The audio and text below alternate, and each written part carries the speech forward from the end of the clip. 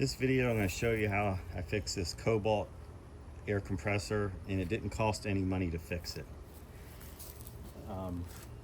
This is how I troubleshoot it. I have a kilowatt thing, tells you the voltage, amps, watts, hertz, and kilowatt hours.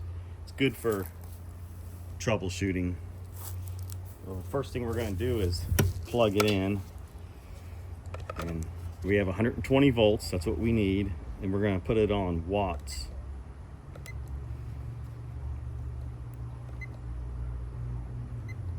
There, we're on watts. We're going to turn the switch on. Nothing happened, but there's no watts, so that means we're not getting power to the compressor. So it could be the cord, could be the switch, wire could be broken in the cord. But first thing I'm going to do is take this apart. Actually, unplug it first. Now there's capacitors in here, so you need to be careful. Even though you unplug it, you still have the chance of getting shocked, so you need to be very careful. So there's two screws here I removed, and on the front those 4 screws and these 2 screws, but I don't think you have to remove those. So this, after you remove the screws, you can pop this off, push down there and pull back, and then this comes off. And here's the wires to the switch. We're going to unplug those wires from the switch, and this is a 2-pole switch, so this is the front pole. And what we're going to do is we're going to test it with a multimeter.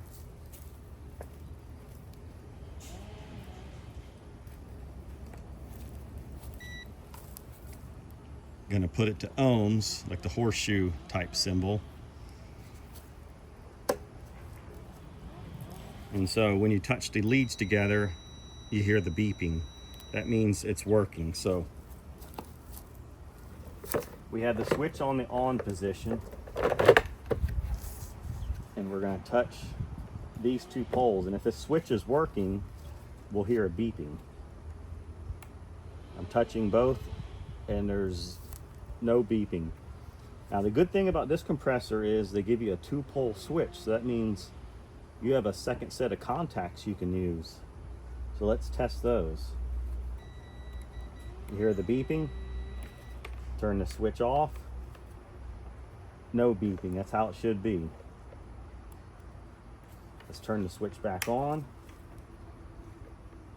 On the rear contacts, it's making continuity. The front one, no continuity. So all we need to do to fix this compressor is move the wires to the other set of contacts.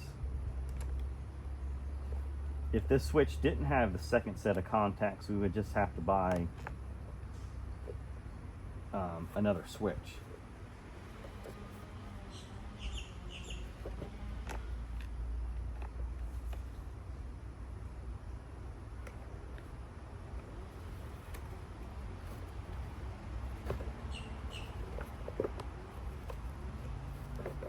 I'm going to put it back together.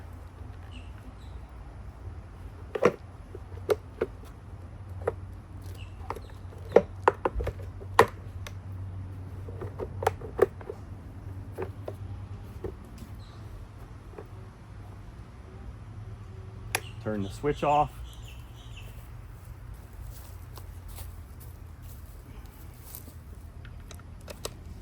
We're going to plug it in. It shows 120 volts. That's what we need. Hit the watts. Now let's test it.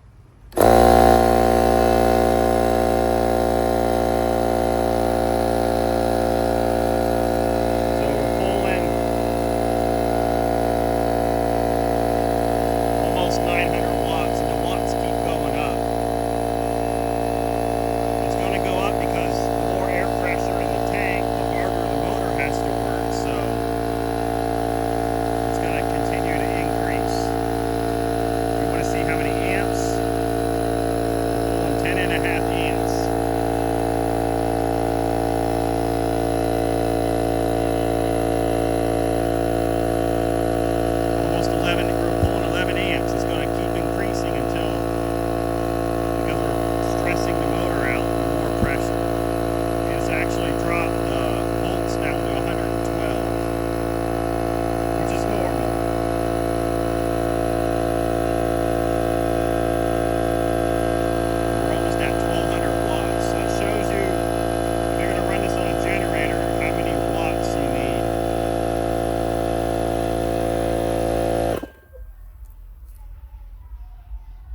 let's test it again.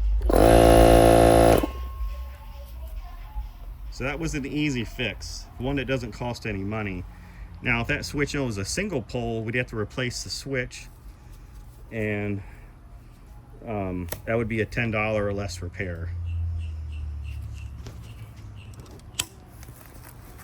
This just shows you the compressor, but a lot of these compressors are going to be similar to this as far as the way the switch works.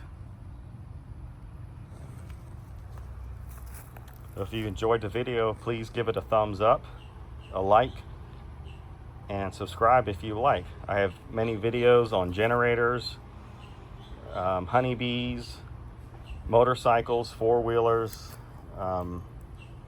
anything that can be repaired. Thanks for watching.